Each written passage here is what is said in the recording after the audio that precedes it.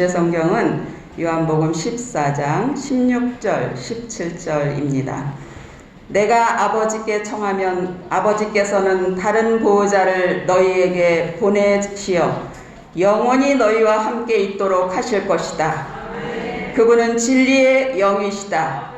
세상은 그분을 뵙지도 못하고 알지도 못하기 때문에 그분을 받아들이지 못하지만 너희는 그분을 알고 있다. 그분께서 너희와 함께 머무르시고 너희 안에 계시기 때문이다. 아멘. 네, 오늘 강의 주제는 성령 하느님입니다. 여기에 오시는 분들은 성령님과 뗄래야 뗄 수 없는 그런 관계를 가지고 있죠?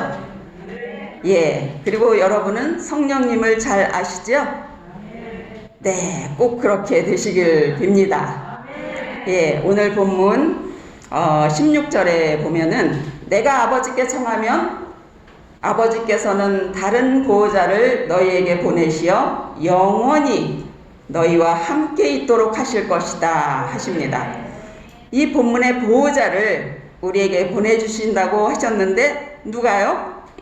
예, 예수님이 청하면 하느님 아버지께서 주시겠다고 하셨습니다. 보호자라는 말은 여러분들이 많이 들어보셨지만 그리스어로 파라클레토스이죠. 그 뜻은 옆에 함께 있으면서 도와주시는 분입니다. 성령님은 우리 곁에서 우리와 함께 하시는 분이십니다. 그리고 우리를 도와주시는 분이십니다. 기쁘신가요? 네, 그래서 그 기쁨을 표현해 드려야 합니다. 일상생활 속에서 늘 성령님을 인식해야 합니다. 그분의 존재를 인정해 드려야 합니다. 늘 그분과 동행하는 그 기쁨을 표현해 드리는 여러분 되시길 빕니다. 지금까지 그렇게 못하셨다면 이제부터는 성령님께 감사하다고 기쁘다고 표현하시는 여러분들이 되시기를 빕니다.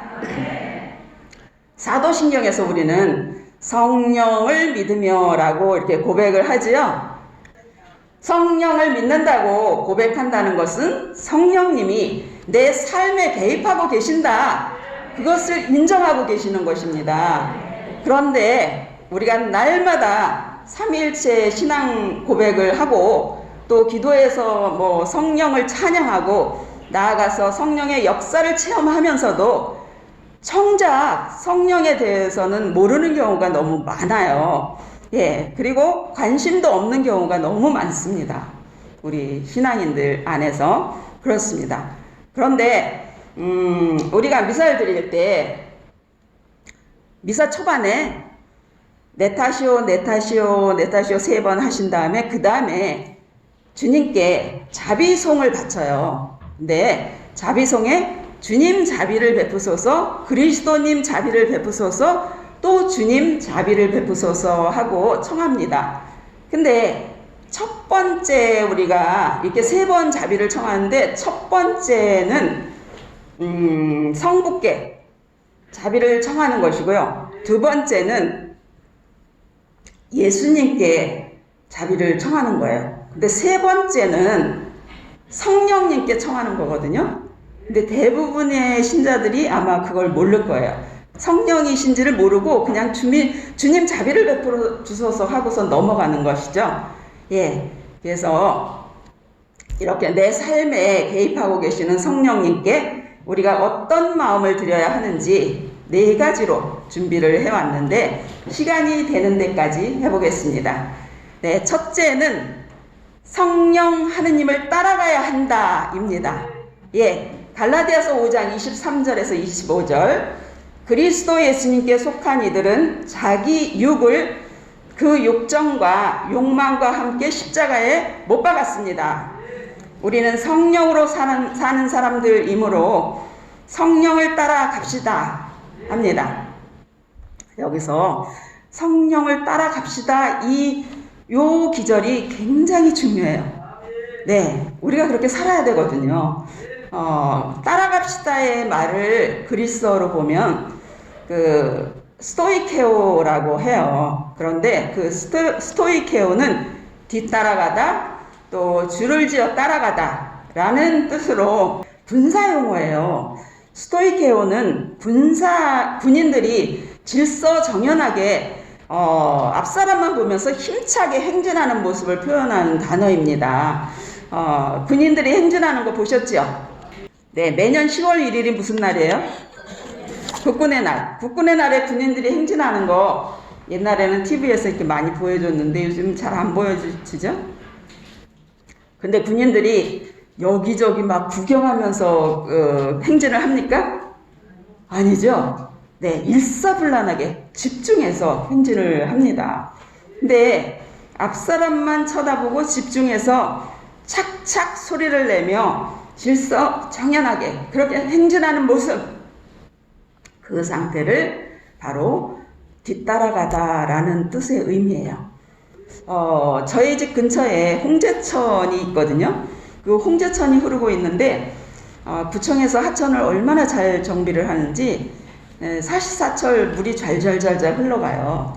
근데 이렇게 요즘처럼 봄이 되면은 오리들이 많이 이렇게 떠다녀요. 그런데 어미오리가 새끼 오리들을 이렇게 데리고 다니는데 거의 7마리에서 10마리까지 데리고 다녀요. 보면은 그러면은 어미 오리가 헤엄쳐서 가면 새끼 오리들은 졸졸졸졸졸졸 막 따라가요. 그러다가 모래 둔덕이 있어요. 근데 모래 둔덕에 어미가 이렇게 착 올라가잖아요. 그러면 올라가서 막 걸어가면 그 새끼 오리들이 정신없이 쫓아가요. 그 엄마를 쫓아가는 그 모습을 보면은 야, 비장하다, 비장해. 그런 생각이 드는 거예요. 그러면서 그 엄마를 놓치기만 하면은 인생 끝나는 것처럼, 또 엄마를 놓치기만 하면은 이건 목숨 잃는 거구나, 이런 비장한 마음을 가지고 막 쫓아가는 걸 볼 수 있어요. 예, 그래서 정신없이 막 뒤뚱거리면서 막 그 엄마를 쫓아가려고 그렇게 애쓰는 것을 보게 돼요. 예, 그럴 때 스토이케오라는 뒤따라가다라는 그 단어의 의미를 생각하게 되더라고요. 예, 그래서 그 새끼 오리들이 어떤 목적지에 가려고 자기가 고뇌하고 뭐 갈등하고 막 그럽니까? 그냥 엄마만 보고 따라가면 되는 것이죠. 예, 이게 바로 성령을 따라갑시다의 올바른 의미입니다. 제가 성령 세미나를 받고 성령님을 체험한 지도 30여 년이 넘었어요. 근데 저희 삶을 이렇게 뒤돌아보면 중간중간 일도 하고 뭐 이렇게 했지만 새끼오리 같이 그 성령님을 쫓아가려고 진짜 무던히도 애쓰는 삶이었구나, 이런 생각을 하게 되더라고요. 근데 남편의 반대로 뭐 봉사를 잠깐 쉬기도 하고 했지만 꾸준히 그렇게 성령님 어미오리를 놓치지 않으려고 안간힘을 썼던 그런 이렇게 날들을 성령께서 보셨으리라 믿습니다. 아마도 여기 계시는 많은 분들이 그러했으리라고 생각됩니다. 여러분들이 주님을 놓치지 않으려고 애썼던 날들을 주님께서 축복으로 채워주시리라 믿습니다. 기쁨으로 채워주시리라 믿습니다. 우리가 성령으로 충만하다는 것이 무엇인가 하고 보면 내가 하는 것을 버리는 것이라는 생각이 들더라고요. 그런데 여러분들은 주님이 하시도록 맡겨드리고 주님을 따라가는 그런 신앙생활을 하시기를 빕니다. 네, 성령님을 따라갑시다. 내 뜻만 주장하지 말고 성령님의 뜻을 따라 사는 여러분들 되시기를 빕니다. 말씀 따라 사는 여러분 되시기를 빕니다. 네, 제2차 바티칸 공의회를 열으신 교황 요한 23세 아시죠? 그분이 공의회를 열려고 준비를 하고 있을 때 그 옆에서 보좌하던 주교님이 그랬어요. 공의회가 잘 되도록 성령께 도와달라고 기도합시다 그랬어요. 그랬을 때 교황님이 이렇게 말했습니다. 성령께 도와달라고 하지 말고 우리가 성령님을 도웁시다. 그분이 하시는 일을 우리가 도와야 일이 제대로 될 수가 있습니다. 네, 교황님은 성령님을 따라가야 한다는 그 뜻을 정확하게 알고 계셨던 것이죠. 우리도 성령님을 도와드려야 합니다. 여러분은 성령님을 잘 따라가는 분들이 되시기를 빕니다. 네, 두 번째는 성령님의 인도하심에 민감했던 바오로 사도를 닮아가자입니다. 사도행전 16장 6절 7절입니다. 성령께서 아시아에 말씀을 전하는 것을 막으셨으므로 그들은 프리기아와 갈라티아 지방을 가로질러 갔다. 그리고 미시아에 이르러 비티니아로 가려고 하였지만 하느님의 영께서 허락하지 않으셨다. 그리하여 미시아를 지나 크로아스로 내려갔다. 이 표현 속에는 바오로 사도의 위대함이 두 가지가 숨어 있습니다. 그 당시 바오로 사도는 다 경험해서 아시겠지만 아시아로 가고 싶어서 딴소리가 안 들릴 때예요. 예. 그래서 누가 유럽에도 아시아로 가고 싶으니까 아시아로 가는 것이 하느님의 뜻이라고, 그렇게 아시아로 갈 거라고 이렇게 생각을 딱 하고 있는 거죠. 아시아로 갈 거라고 작정해 놓고 기도해 본다는 것이 사실 위험하다는 것이죠. 자기가 결론을 아시아로 내려놓고 그리고 기도한 후에 하느님 뜻이 아시아로 가는 거라고 이렇게 하기가 쉽다는 것입니다. 그런데 바오로 사도의 위대함이 뭡니까? 자기는 아시아로 너무 가고 싶은 거예요. 그런데 얼마나 성령의 뜻에 민감했던지 그 예수님의 영이 허락하지 않아서 안 갔다는 겁니다. 사람들은 둔감해도 되는데 민감해서 생기는 에너지 낭비가 많습니다. 누가 뭐라고 한마디 하면 너무 괴로워한다는 거죠. 예, 저 사람이 날 미워하고 뭐 모든 사람이 날 그렇게 생각할 거라고 하고 괴로워하면서 난리를 치게 된다는 것이죠. 우리가 민감할 때는 민감하고 또 둔감할 때는 둔감해야 합니다. 바오로 사도는 그렇게도 많이 모함을 받았어도 둔감하게 그걸 눌러버렸어요. 예, 바오로 사도가 너무너무 아시아로 가고 싶은데도 성령님의 메시지에 민감해서 성령께서 허락하지 않음을 알아채고는 가지 않습니다. 저는 이렇게 민감했던, 성령께 민감했던 바오로 사도가 너무너무 부러워요. 예, 여러분들은 어떻습니까? 여러분들은 성령님께 민감하시기를 바랍니다. 모함에는 둔감하시기를 빕니다. 우리는 바오로 사도를 부러워해야 하고 닮아가야 하겠습니다. 바오로 사도를 닮아가기 위해서 애쓰시는 여러분들 되시기를 빕니다. 제가 강사되기 전의 일이에요. 그 당시 제가 속해 있던 지구 모임에는 봉사자만도 20-30명, 또 어떨 땐 30명도 넘을 때도 있고 그랬어요.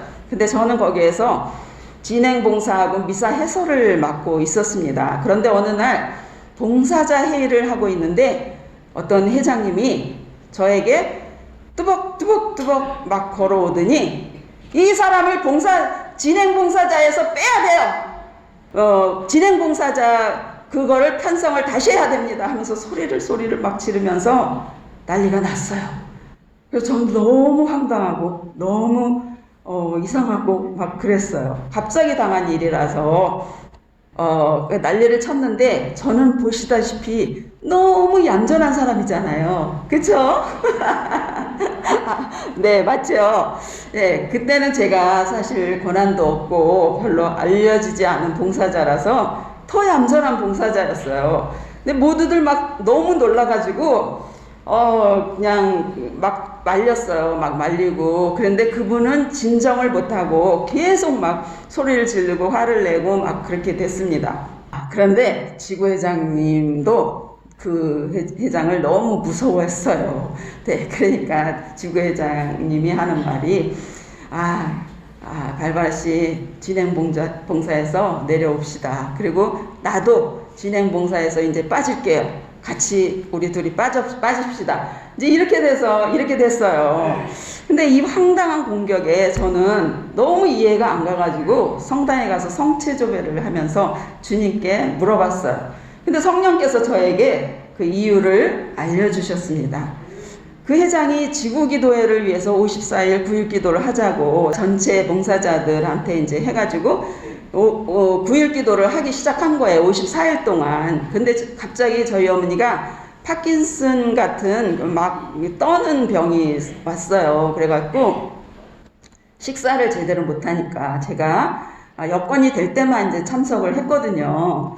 근데 이제 그게 이제 문제라는 것이죠. 예, 그게 이제 그것 때문에 화가 났다는 거죠. 그 회장님이. 그래서 제가 그렇구나. 내가 그 원인 제공을 한 거군요 하면서 기도를 마무리하고 그 회장한테 전화를 해가지고 정말 미안하다고 9일 기도 못 참석한 그 원인이 우리 어머니가 이래 해서 그렇다고 이렇게 얘기를 설명을 했어요. 그랬더니 그 회장님이 그래서 죄송하다고 이렇게 했더니 왜 미리 말하지 않았어? 그럼 내가 미안하게 됐네? 하고 그냥 사과를 했어요. 그분이. 그렇게 가볍게 넘어갔지만 그 회장은 저를 진행봉사자에 다시 올리는데 1년도 넘은 시간이 걸렸어요. 네, 그렇게 용서를 안 해주더라고요. 근데 우리가 살다 보면 이해할 수 없는 그런 상황들이 있죠. 그럴 때 우리가 해야 할 일은 성령께는 민감하고 또 모함에는 둔감해야 한다는 사실을 빨리 알아야 돼요. 그래야지 해결이 빨리 됩니다. 우리는 나만의 체면이 아니라 그런 일 속에서 하느님께서 원하시는 뜻이 무엇인지 그것을 잘 파악해야 하겠습니다. 잘 파악하려면 어떻게 해야 돼요? 성령께는 민감하고 모함에는 둔감해져야 합니다. 저를 따라해 볼까요? 성령께는 민감하고 모함에는 둔해져야 한다. 성령께는 민감하고 모함에는 둔감해져야 한다. 네, 감사합니다. 이제 세 번째로 민감함보다 더 위대한 것은 순종이다. 예, 순종이다. 자기 의지를 꺾고 순종하는 것은 쉬운 일이 아닙니다. 고린토일서 9장 26절 27절에 보면 바오로 사도가 말합니다. 나는 목표가 없는 것처럼 달리지 않습니다. 허공을 치는 것처럼 권투를 하지 않습니다. 나는 내 몸을 단련하여 복종시킵니다.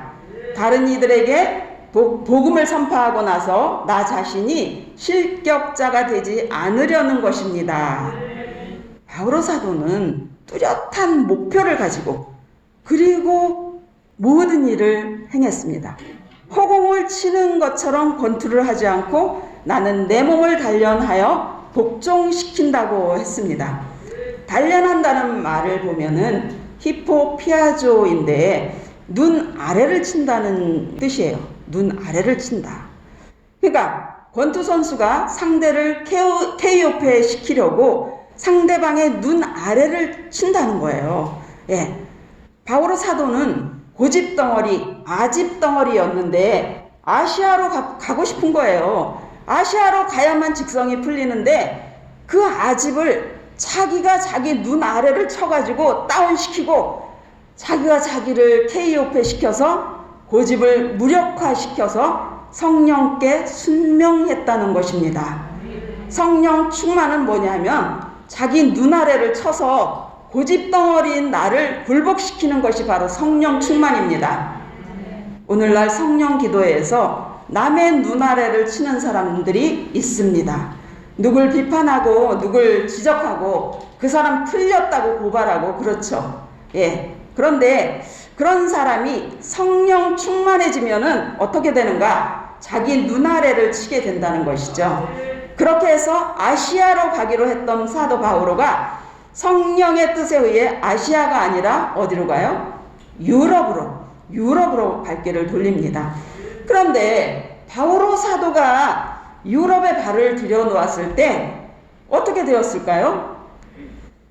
바로 감옥행이었어요. 감옥에 갇히게 됩니다. 성령 충만은 그분을 신뢰하는 거예요. 복음을 전하다가 감옥에 들어갔다면 우리 같으면 어떻게 할까요? 어떻게 할 것 같아요? 아니 하느님 당신 뜻이 맞나요? 잘못된 거죠? 하면서 아마 따질 거예요.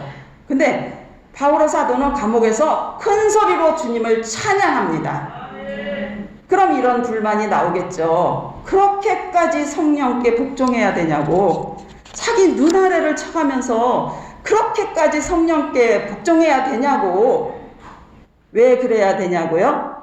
대답은 간단합니다. 항상 성령님이 오르시기 때문입니다.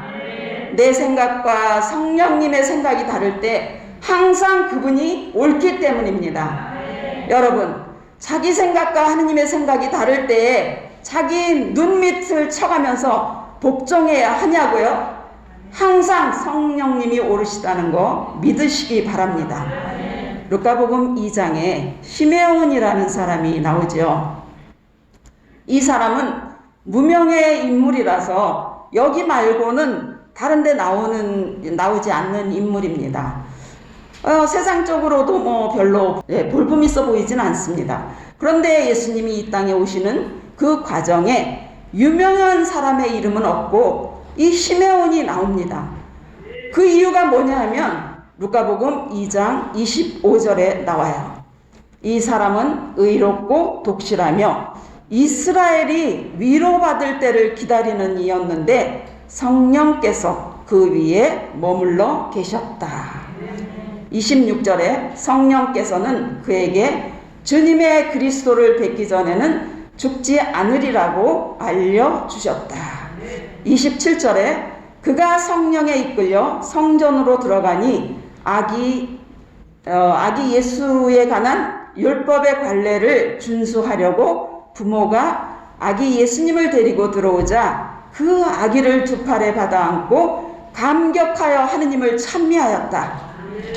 네, 여러분, 이 하느님의 관점과 세상의 관점이 다르다는 거 알고 계십니까? 세상 관점으로 엄청 멋있는데 하느님 관점으로는 초라한 사람이 있어요. 반대로 세상 관점으로는 볼품없어 보이는데 하느님 앞에서 위대한 사람이 있습니다. 제가 두려운 게 그거예요. 제가 강사라고 남들 앞에서 이렇게 말씀을 선포하지만 하느님 앞에서 초라한 사람이면 어떡하지? 정말 두렵습니다. 시메온이 갖고 있는, 또 바오로 사도가 갖고 있는 그렇게 성령님의 인도하심에 민감하고 순종하는 그런 사람을 하느님은 위대한 사람이라고 인정해 주신다는 것이죠. 잘 살고 싶은데도 우리는 순종이 어렵다는 것을 경험하게 됩니다. 자기 생각과 하느님의 생각이 다를 때 자기 눈밑을 쳐가면서 복종해야 한다는 것을 기억하시기 바랍니다. 하느님께 순종하는 여러분들이 되시기를 빕니다. 아멘. 네 번째, 성령님은 하느님이시다 입니다. 성령께서 하느님이 맞습니까? 네, 성령님은 삼위일체 하느님이십니다. 파라클레토스 성령님은 예수님과 본질이 같으신 그런 하느님이십니다. 요한사도는 우리와 함께 하시는 예수 그리스도와 또 우리와 함께 하시는 성령님을 구분하지 않습니다. 우리와 함께 하시는 성령의 현존은 우리와 함께 하시는 예수님의 현존과 같다는 것입니다.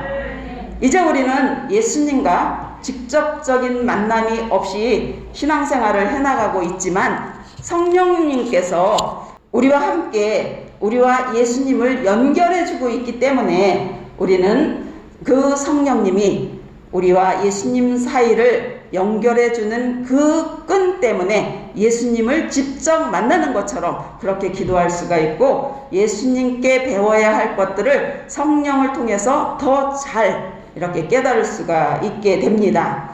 요한복음 16장 13절에 진리의 영께서 오시면 너희를 모든 진리 안으로 이끌어 주실 것이다. 진리의 영께서 예수님을 증언하실 것이다. 여기서 모든 진리라는 것은 예수님이 장차 겪어야 할 십자가와 부활의 의미를 성령께서 깨닫도록 일러줄 거라는 뜻입니다. 이것을 알려주고 있는 예수님의 상황이 어떤가 봤더니 예수님께서 지금 잡히시기 전날 밤이에요. 그 밤에 제자들에게 고별사를 하고 있는 상황입니다. 모든 제자들이 지금 어떻게 되는 거지 하면서 두려워하고 긴장하고 있을 때 예수님께서는 진리의 성령께서 너희를 이끌어 진리를 알게 해주실 것이라고 하셨고, 사도행전 2장에서 강력한 성령 강림의 체험을 한 제자들이 어렴풋이 알던 것을 십자가의 의미를 정확히 꿰뚫는 그런 제자들이 되었습니다. 그리고 성령님은 진리의 영이신데 떠나시는 예수님 대신에 오시는 분이시고 이제 영원히 우리와 함께 계시는 분이십니다. 요한복음 14장 26절에는 성령께서 너희에게 모든 것을 가르치시고 내가 너희에게 말한 모든 것을 기억하게 해주실 것이다. 이렇게 성령의 역할이 중요합니다. 예수님 말씀을 가르쳐 주시고 이해하고 기억하게 해주시는 역할을 하시는 분이 누구시라고요? 성령님이십니다. 우리가 성경을 읽거나 묵상할 때 성령께 의탁하면 도움을 받을까요? 네, 받습니다. 그러니 성령님을 하느님으로 믿으시길 바랍니다. 네, 유감스럽게도 많은 이들이 성령에 대해서 올바로 알지 못하는 경우가 많습니다. 인격을 가진 존재인데 그분이 주시는 선물에 관심이 너무 많다 보니까 함부로 성령 받아라 하면서 물건처럼 취급하고 하느님에게서 나오는 신성한 기운이나 능력 정도로 인식하는 사람들이 많습니다. 성령님이 물건이라면 가르칠 수가 없고 증언할 수가 없고 기억하게 하실 수가 없는 것입니다. 성령님은 우리를 가르치시고 도와주시는 경배받으실 하느님이실 줄을 인식하는 여러분들 되시기를 빕니다. 그분은 인간하고는 질이 다른 인격체이십니다.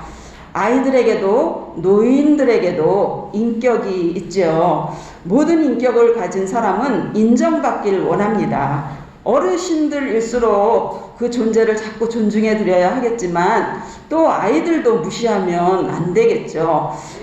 여러분은 아들, 딸들을 잘 키우고 싶으신가요? 또 잘 되길 바라시나요? 예, 자식들이 잘 되기를 바란다면 이런 말이 있습니다. 지적보다는 인정해줘라.